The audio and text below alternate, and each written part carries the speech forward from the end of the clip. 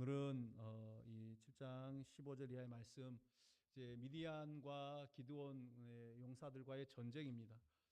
여러분, 모든 전쟁은 그렇듯이 이 전쟁의 승패는 이제 자기가 가진 힘, 자기 편이 가진 힘을 잘 모아서 그렇게 효과적으로 상대편을 타격하는 그런 것에 승패가 달려 있다라고 말할 수 있습니다.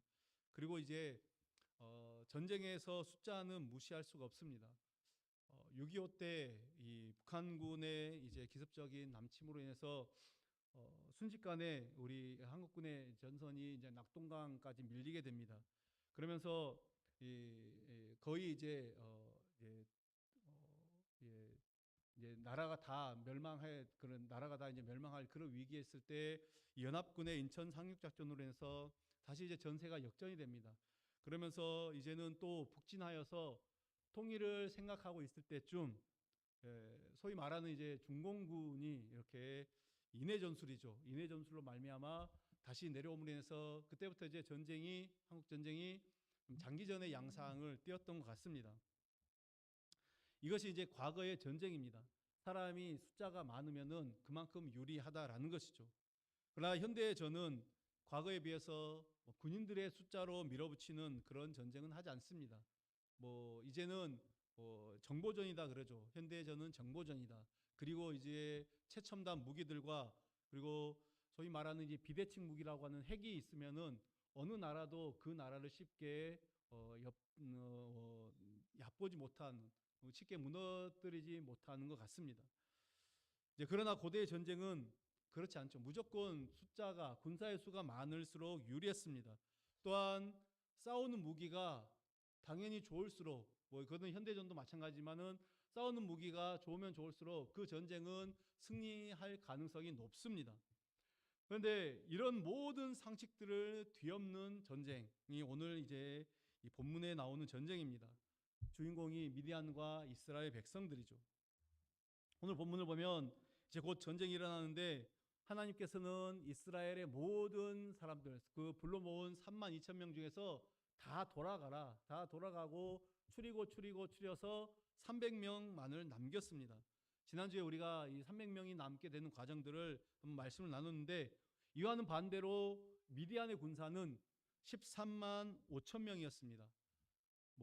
숫자로 볼 때 이스라엘은 절대로 상대가 되지 않습니다. 미디안을 이길 수가 없죠. 300명이 13만 5천 명을 상대로 싸운다는 거 불가능합니다. 450대 1이거든요. 아무리 예를 들어서 정말 싸움을 잘하는 조폭이 한 명 있다 하더라도 일반 사람이 450대 1로 싸우면은 이길 수가 없습니다. 지금 그런 상황입니다. 그리고 무기도 미디안의 연합군의 무기는 당시에 최고의 무기죠. 최첨단의 무기입니다. 당시로서. 근데 이스라엘 무기가 무엇입니까? 나팔과 항아리와 횃불입니다. 객관적으로 보면 이 전쟁은 시작도 전에, 싸우기도 전에 이미 승패가 결정된 거나 다름이 없습니다.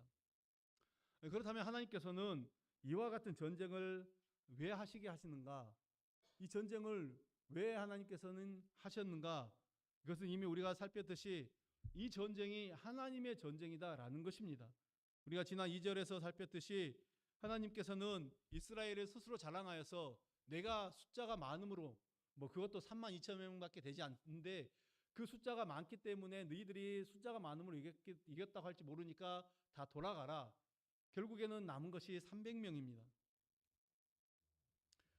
그리고 이를 위해서 하나님께서는 우리가 이제 지난번에 살폈던 대로 하나님께서는 밤에 기드온에게 나타나셔서 미디안을 네 손에 넘겨줄 것이다. 너의 손에 미디안을 넘겨주겠다. 그리고 부하인 부라를 데리고 가서 미디안 진영으로 내려가라. 그곳에서 이제 그들의 그 미디안 군사들의 대화를 엿듣게 합니다. 거기서 한 병사가 그 친구에게 꿈 이야기를 할 때 그 병사는 이제 그 꿈 이야기 듣고 보리떡이 굴러와서 미디안 진영을 쳤다.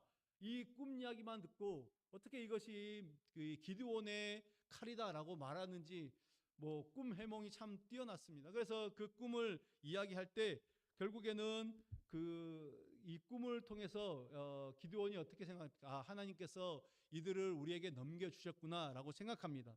그러면서 이제 오늘 본문에서는 기드온은 이제 전쟁을 실행을 하게 됩니다. 그래서 오늘 본문에서 보는 그 군사 작전, 기드온의 군사 작전은 이른바 항아리와 횃불과 나팔 작전입니다. 그리고 300명이 모여 있어도 이 13만 5천을 상대하기는 굉장히 역부족인데 그걸 또 이 세대로 나눕니다. 그러니까 100명씩 세 부분으로 나눠서 그렇게 각각 나팔과 빈 항아리와 횃불을 가지겠습니다.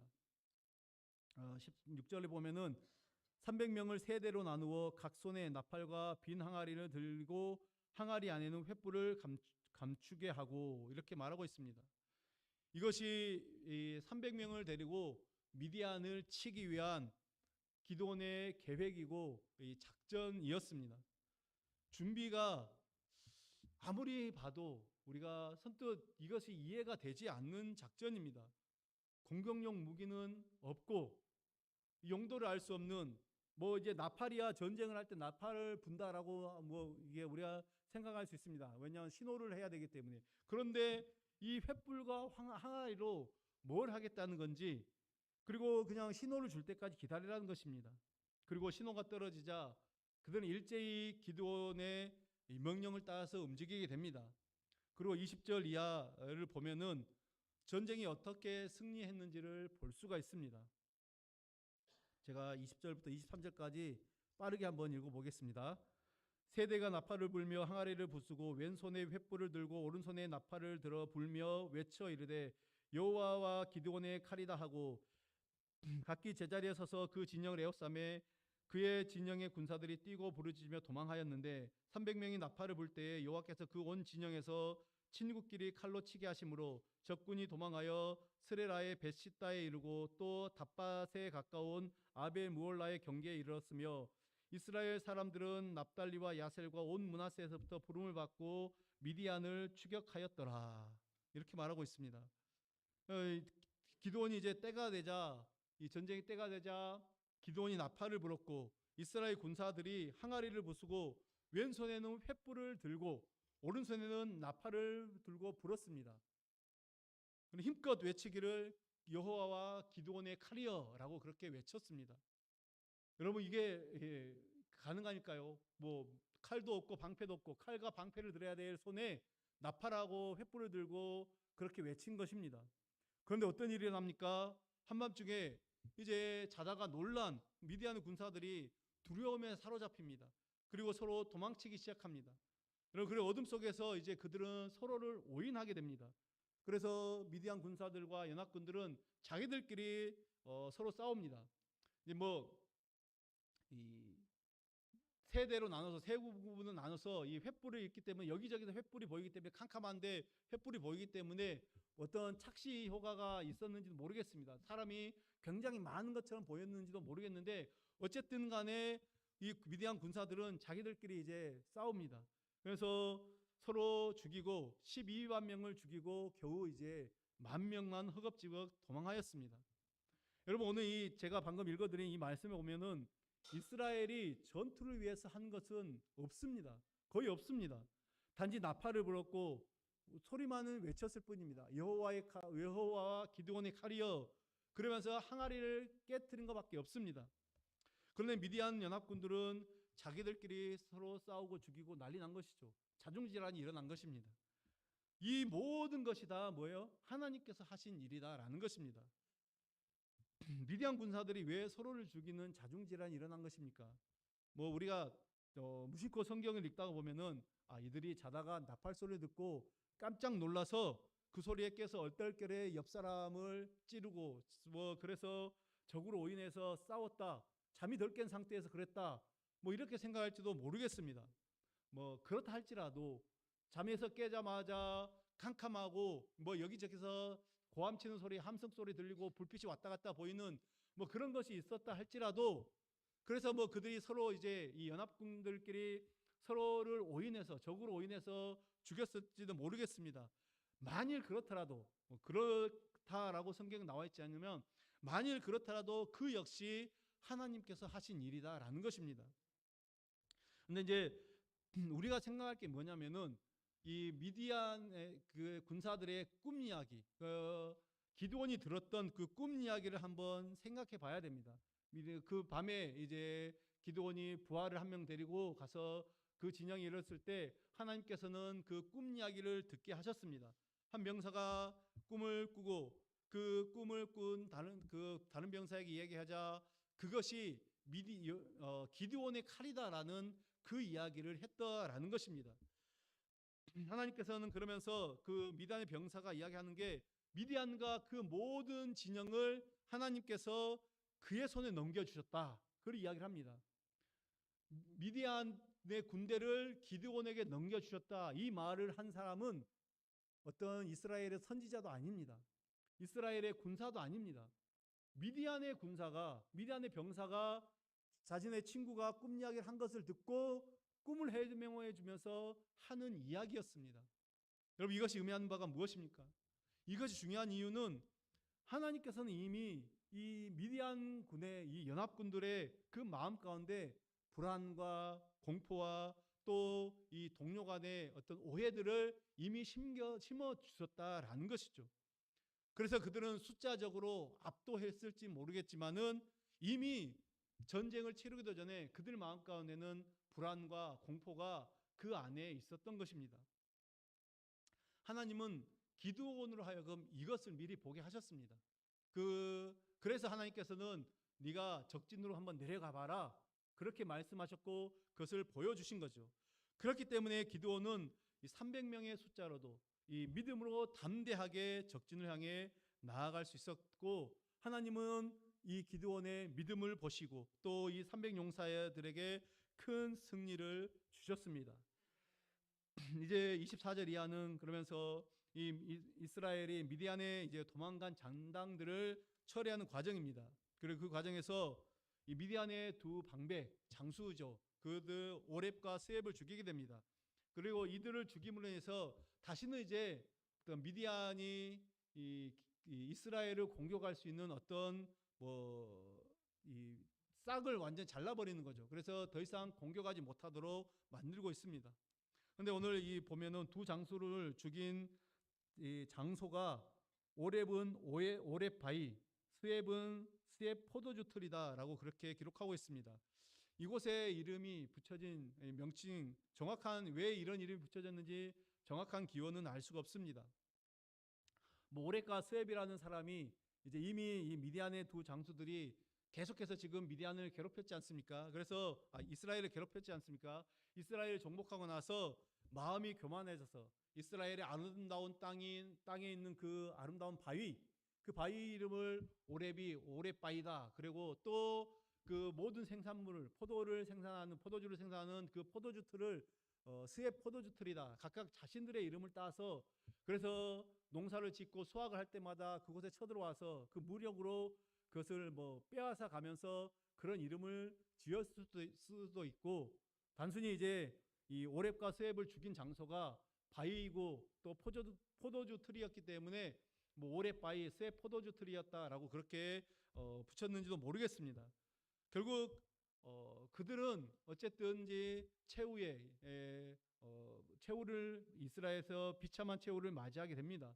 특히 이제 오렙 바위라는 곳은 나중에 이스라엘에게 이 왕정 시대를 지나면서 계속해서 이 승리의 장소, 승전의 상징물이 되었습니다. 그래서 이사야도 보면은 오렙 바위라는 그런 어떤 승전의 장소가 되었다라는 것이 나와 있는 것을 보게 됩니다. 이제 오늘 이 기드온과 300용사를 통해서 이 전쟁을 보면 어떻게 보면은 여리고성 이스라엘이 그 전에 이 여호수아와 함께 여리고성을 정복할 때 그 여리고성의 심판을 재현한 것과 비슷합니다. 이스라엘이 가나안을 이제 정복하는 데서 첫 관문인 여리고성은 굉장한 난공불락이었습니다. 웬만해서는 그 성을 무너뜨릴 수가 없었는데 그 성을 정복할 수 있었던 것이 이스라엘이 뛰어난 용병술이 있었던 것도 아니고 그들이 잘 훈련된 군사들도 아니고 무기가 뛰어난 것도 아닙니다. 그들은 하나님의 명령에 의해서 성 주위를 하루에 한 바퀴씩 매일같이 7일 동안 도는데 하루에 한 바퀴씩 마지막에는 7바퀴를 돈 그것이 전부였습니다. 그리고 마지막 날에 그 돌고 나서는 큰 소리로 외치라 외쳤을 뿐이죠. 근데 이런 일이 있기 전에 그 전에 이전에 이제 2장에서 보면은 여호수아 2장에서 보면은 정탐꾼을 그곳에 2명을 파견합니다. 정탐꾼이 여리고로 갔을 때 그들은 라합의 집에 들어가고 라합을 만나게 됩니다. 근데 라합이 이 정탐꾼들에게 어떤 이야기를 해주냐면은 당신들 때문에 우리가 이 땅의 주민들이 간담이 녹았다. 그런 이야기를 합니다. 무슨 뜻입니까? 이미 우리가 굉장히 큰 성을 가지고 있고 난공불락의 요새를 가지고 있지만은 이미 우리의 마음은 다 불안과 공포에 사로잡혀 있다. 하나님께서 여호와라는 하나님께서 지금껏 이스라엘에게 어떻게 행하셨는지를 들었고 그것 때문에 우리는 지금 마음이 녹아져 있다. 이미 싸움을 하기 전부터 졌다. 이런 이야기입니다. 이스라엘 백성들이 여리고성을 7번 돌고 마지막 날에 7번 돌고 큰 소리를 외쳤을 때 여러분 그 소리가 컸기 때문에 여리고가 무너진 것입니까? 소리에 건물이 무너질까요? 뭐 그런 난공불락의 요새가 무너지지는 않습니다. 하나님은 이스라엘의 함성 소리를 심판의 소리로 삼으셨습니다. 그래서 그들이 외칠 때 하나님의 명령에 따라서 외칠 때 하나님은 땅을 흔드셨습니다. 하나님은 지진으로 그 땅을 흔드셨고 뭐 땅을 흔든다고 해서 모든 건물이 무너지는 것은 아니지만은 그 여리고성을 완전히 무너뜨리셨습니다. 이번에 그 미디안과의 전쟁도 마찬가지입니다. 그 13만 2천 명 정말 어마어마한 대군입니다. 그 사람들을 멸망시키는데 이스라엘은 무기 하나 그들에게 활 하나 쏘지 않았습니다. 칼 하나 휘두르지 않았습니다. 하나님이 행하신 결과이죠. 그들은 하나님이 일하심을 경험했던 것입니다. 여러분 오늘 우리가 경험하는 것은 무엇입니까? 하나님의 능력이 정말 우리 삶을 여러분을 붙들고 계신다라는 것을 여러분 정말 고백하십니까? 그것을 정말 경험하십니까? 오늘날 우리의 마음속에 이 평안이 사라지고 불안과 두려움이 그리고 염려가 가득하다라고 하면은 그것은 무엇 때문입니까? 하나님께서는 불신과 불안으로 흔들리는 우리의 인생을 담대한 믿음의 세계로 인도하시길 원하십니다. 우리가 그렇게 살아가기를 원하십니다. 여러분 하나님께서 우리를 위해 일하시고 우리를 위해서 싸우신다. 아마 그 사실을 우리는 기억해야 됩니다.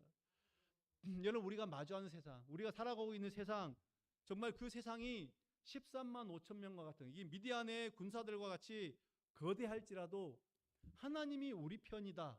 여러분 이 한 가지 사실만 기억하시면 우리는 되는 것입니다. 오늘 본문을 통해서 하나님 우리에게 말씀하시는 건 무엇입니까? 하나님은 당신의 백성들의 그 기도, 그 부르짖음을 들으신다라는 거죠. 이전에 지금 미디안으로 말미암아 이스라엘 백성들이 고통을 당하고 그 어려움을 겪고 있을 때 그들이 하나님께 부르짖었습니다. 다시 하나님을 기억하고 하나님께 회개하며 하나님을 찾고 부르짖었습니다. 하나님을 회개하는 이스라엘 백성들의 그 기도를 들으셨습니다. 그들에게 용서를 베푸셨고 이제 그들을 대적하는 모든 무리와 싸워 승리하게 하셨습니다. 여러분 믿음이란 무엇입니까? 여러분 믿음이란 우리가 머리로만 생각해서 숫자를 생각하고 그 숫자의 힘을 의지하는 것은 믿음이라고 말할 수 없습니다. 믿음은 그런 것이 아니죠. 하나님의 말씀을 의지합니다. 하나님을 의지하는 것이 바로 믿음입니다. 우리의 가슴 속에서 정말 하나님을 향한 마음과 열정을 가지고 하나님을 의지하는 것이 믿음입니다. 여러분 근데 우리가 사는 이 세상은 믿음이 힘이 되지 못하는 세상입니다. 우리가 아무리 믿음으로 살았다 할지라도 그 믿음이 이 땅에서 우리에게 어떤 힘을 주지 못한다라는 것입니다. 이 땅에는 숫자가 힘이 되고 돈이 힘이 되는 그런 세상이 바로 이 세상입니다. 그렇게 우리가 그런 세상을 살다 보니까 또한 우리 역시 어느새 세상적인 가치와 세상적인 논리로 그렇게 생각할 때가 얼마나 많은지 모릅니다. 그냥 세상 속에서 사람들이 생각하는 그 생각대로 살아가는 방법대로 우리도 그렇게 젖어 살 때가 얼마나 많느냐라는 거죠. 그런 세상에서 하나님 우리를 믿음으로 살기를 원하십니다. 오직 그리스도의 피로, 그 피의 은혜로 살아가기를 원하십니다. 여러분, 오늘 이 기드온의 싸움을 보면은, 기드온의 싸움은 우리 그리스도인들의 삶의 방식이다라는 것이죠. 어떤 것이냐? 칼과 창과 정교한 무기, 그리고 13만 5천이라는 정말 도저히 감당할 수 없는 그 압도적인 숫자로 무장되어 있는 세상입니다. 우리가 살아가는 세상이 그렇지 않습니까? 이런 칼과 창과 정말 무기들, 그리고 많은 숫자들로. 그런데 하나님께서는 공격용 무기도 될 수 없는 나팔과 횃불과 항아리를 우리에게 주십니다. 그러면서 이 땅을 정복하라고 하십니다. 그것을 통해서 참된 힘이 무엇인지를 보여주시겠다.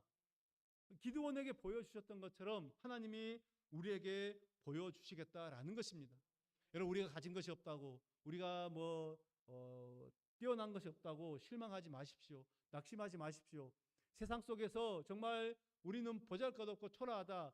사람들이 가진 것에 비해서 우리는 정말 가진 것이 없고 나는 할 수 있는 것이 없다. 그렇게 낙심하지 말고 주눅들지 마십시오. 하나님께서 우리를 보고 계시고 하나님께서 우리를 인도하고 계십니다. 이런 말씀을 정리하겠습니다. 여러분, 우리는 주님이 오실 때까지 이 세상에서 영적 전쟁을 감당하며 전쟁 속에서 살아가야 되는 자들입니다. 우리가 싸우는 전쟁, 칼과 창과 무기로 싸우는 그런 전쟁이 아닙니다. 이 영적인 전쟁은 오직 믿음으로 나아가는 것이죠. 우리는 오늘 말씀을 통해서 세상 사람들이 경험하는 그 전쟁과, 미디안이 그렇게 경험하는 전쟁과 하나님의 백성이 감당해야 되는 그 영적인 전쟁은 분명히 차이가 있음을 봅니다. 그 미디안 연합군의 그들과 기드온의 300명의 용사, 그것들을 통해서 우리가 어떤 싸움을 싸워야 되는지를 우리는 분명히 보고 있습니다. 여러분, 이 세상의 기준에서는 300명이라는 숫자, 정말 초라하고 약하다고, 또 그것 때문에 무시할지도 모릅니다. 그건 우리에게는 하나님이 계시고 하나님이 우리 편이다라는 사실을 기억하십시오. 아무리 우리가 가진 것이 없고 우리가 힘이 없고 연약하다 할지라도 하나님 한 분이 우리 편이시면은 그 전쟁은 언제나 승리할 수 있다. 결코 지지 않는다. 이 사실을 기억하십시오. 주님과 함께 살아간 하나님은 이미 우리에게 승리를 주셨습니다. 이 사실을 믿고 담대하게 믿음으로 살아가는 우리 모든 주님의 백성들 되시길 간절히 축원합니다. 기도하겠습니다. 하나님 아버지, 감사합니다. 오늘도 우리에게 말씀을 통해서 하나님을 바라보게 하시니 감사합니다. 하나님 아버지, 우리가 싸우는 이 영적인 전쟁은 세상적인 무기와 세상적인 것들로 나아가는 것이 아니라 믿음으로 하나님을 의지함으로 담대히 나아가는 전쟁임을 기억하게 도와주시옵소서. 우리가 치러야 될 모든 전쟁에서 하나님, 우리도 세상 사람들이 가지고 있는 그런 무기들로 이 땅을 이겨나가려고 하는 것이 아니라 하나님, 주님이 주신 무기, 비록 보잘것없고 초라해 보이지만 그것이 아버지 주님이 주신 믿음이라면, 주님이 주신 무기라면 그것을 가지고 세상과 담대하게 싸워서 영적인 모든 전쟁에서 승리하는 믿음의 사람들 될 수 있도록 은혜를 베풀어 주시옵소서. 예수 그리스도의 이름으로 기도드립니다. 아멘.